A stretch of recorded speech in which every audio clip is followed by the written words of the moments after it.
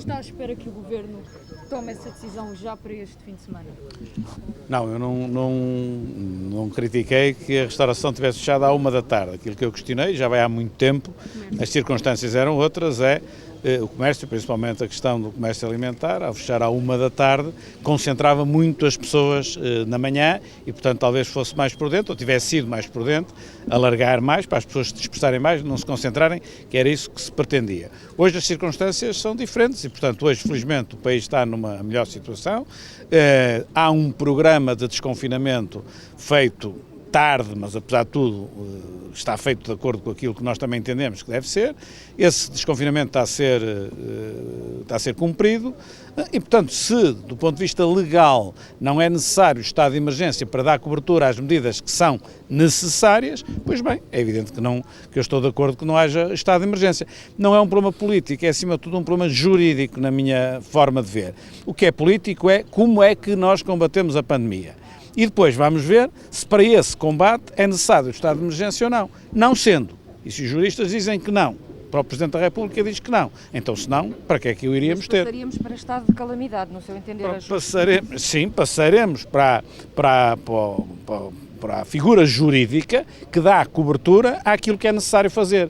Eu não sou jurista, portanto, a mim o que me comanda não é a opção jurídica, a mim o que comanda é aquilo que é preciso fazer, resolver o problema da pandemia. E, portanto, para resolver o problema da pandemia é preciso fazer o programa que está a ser feito, e desse ponto de vista acho que estamos a desconfinar a um ritmo adequado àquilo que são as circunstâncias. A questão do direito adapta-se àquilo que é necessário, não ao contrário, não é? Portanto, não espera amanhã medidas de restrições por parte do Governo? Espero que amanhã as medidas do Governo sejam aquelas que estão desde o início programadas, desde que quer o R, quer os novos casos, por 100 mil habitantes, estejam em linha com aquilo que é necessário. Nós sabemos que há concelhos, felizmente poucos, que não estão em linha, ou seja, que agravaram, esses irão desconfinar a um ritmo diferente daquilo que estão a desconfinar aqueles que estão em condições de o fazer. Porque também, como sempre disse, acho que não era correto, não é, pôr o país todo confinado quando o problema se restringe, imagina, 7 ou 8 ou 10 concelhos, ou o que for em cada momento, não é? Tenho uma questão sobre as autárquicas, nomeadamente sobre Gaia. Houve uma ameaça de demissão por parte de António Oliveira, esse assunto já está sanado, mas estamos a vários meses ainda das eleições autárquicas e já há um ambiente de conflito em Gaia. Acredita que António Oliveira tem condições para levar até ao fim esta candidatura? Bom, eu isso da demissão soube pelos jornais, não é? Mas a gente também compra os jornais é para ser informado, portanto estão mais bem informados que eu não tive conhecimento de nada disso, limitei-me a ver nos jornais, ou num jornal em concreto neste caso. Quanto ao mais, a sua pergunta é se ele tem condições, não, claro que tem condições, ele tem os demais. O que é bom até, deixe-me dizer-lhe essa sua pergunta, isto é bom, vou-lhe explicar porquê. No início deste ano, o PSD foi fortemente criticado porque não tinha candidatos. Eu lembro de dar uma entrevista, não tem candidato a Lisboa, não tem ao Porto, não tem a Coimbra, não tem a Torres Vedras, não tem tal. Eu espero, na altura certa aparecerão na altura certa. Neste momento é o PSD que aquele tem praticamente os candidatos todos, continuam sem perguntar onde estão os candidatos do PS e continuam virados para o PSD a dizer, e há algum que se queira demitir ou algum que não queira continuar. Olha, estamos no centro das atenções, por alguma razão é. E a aposta aqui para derrotar o PS, acha que vai ser ganhadora? Está a falar em Torres Vedras, nós estamos. Obviamente que é um dos concelhos muito, muito difíceis, na exata medida em que o PSD nunca teve a Câmara.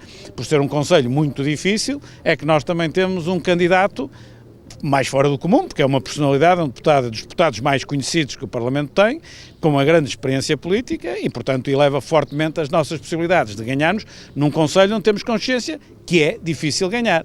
Esse esforço estamos a fazer em muitos concelhos, mas este realmente tem, não é só este, há outros, mas neste tem digamos, a marca de termos um dos nossos melhores deputados a candidatar-se à autarquia dele. Precisamente por isso, não acha que é arriscado escolher deputados como Eduardo Pacheco para Torres Vedras ou Ricardo Batista Leite, por exemplo, para Sintra, correndo o risco de vencer e, portanto, deixarem de ser figuras de primeira linha no Parlamento, não é? Isso é verdade, mas isso é rigorosamente verdade.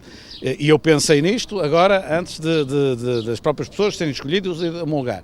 Agora, não se esqueça que eu tenho uma experiência ligada a isso, que é a minha própria experiência. Eu, em 2001, também tive perante a mesma questão, por exemplo, do deputado Duarte Pacheco. Eu era deputado, tinha uma atividade conhecida como deputado, aceitei ser candidato à Câmara do Porto e a seguir fiz uma carreira de autarca na Câmara do Porto, que devo dizer hoje, acho que toda a gente acredita, não é, que não me arrependi nada, tive imenso gosto nos 12 anos que lá estive e foi muito melhor para o Porto e, quiçá, para o país, eu ter estado os 12 anos na Câmara do Porto do que se tivesse tido mais 12 anos no Parlamento naquela altura. Portanto, penso que quer o deputado Ricardo Batista Leite, quer o deputado Duarte Pacheco, fazem idêntico raciocínio àquele que eu fiz há 20 anos atrás. Já que tem o assunto das autárquicas praticamente fechado, pergunto-lhe como é que está a situação nos Açores, porque o Dr. Rui Rio disse que esperava que os Açores seguissem a linha do continente, não soubemos de mais nada, pelo menos de fonte oficial, quanto a isso. Como é que está? A acordo ou não com o Partido Chega? Relativamente às duas regiões autónomas, aquilo que eu sei, já agora no que concerne à Madeira, é que o processo está praticamente fechado, naquilo que me disse o Presidente do PSD na Madeira, e aquilo que me disse o Presidente do PSD nos Açores, é que também não estará totalmente fechado, mas está praticamente fechado e que não há nenhuma coligação com o Chega. Estamos a falar de eleições autárquicas, mas daqui a 2 semanas, provavelmente, há um problema sério com que o líder do PSD vai ter que se confrontar, provavelmente, que é a possibilidade do Conselho de Jurisdição indicar que o líder parlamentar, por exemplo, terá que deixar de ser líder parlamentar. Como é que está a encarar essa situação num ano ainda por cima de eleições? Eu acho que esse assunto merece que eu responda da forma como todos respondem. Eu normalmente não respondo assim, mas hoje vou responder da forma politicamente correta. Como é que se costuma dizer? Há a justiça o que é da justiça e há a política o que é da política. É assim que se diz, não é? Pronto, então é assim que eu digo. Vai aceitar a decisão que for tomada. Não tenho mais nada a dizer. Continua a oposição interna. Ou então ainda há outra forma de eu dizer, é a justiça a funcionar, não é assim que se diz? Então olha. Mas continua a oposição interna dentro do partido? Não tenho mais nada a dizer sobre isso. Não tenho mais nada a dizer sobre isso. Uma pergunta, é isso precisamente, a título, voltando aos assuntos nacionais, ficou convencido com as explicações de Eduardo Cabrita hoje no Parlamento acerca do Cires? Neste momento, vou-lhe ser sincero, não tenho conhecimento da resposta. O prolongamento por 18 meses. Estive à tarde no Parlamento, estive a trabalhar uma data de coisas e não tive oportunidade de assistir no plenário. O PSD quer ouvir o coordenador da Task Force, é porque entende que o plano de vacinação não vai estar pronto quando o Governo diz que os prazos do Governo até ao verão... Mas isto tem a ver com o Ministro Eduardo Cabrita? Não, tem a ver com o vosso Já não estava a perceber. O que ele está a perguntar, o PSD quer ouvir o coordenador da Task Force. O Presidente, por exemplo, elogia neste momento o papel da vacinação.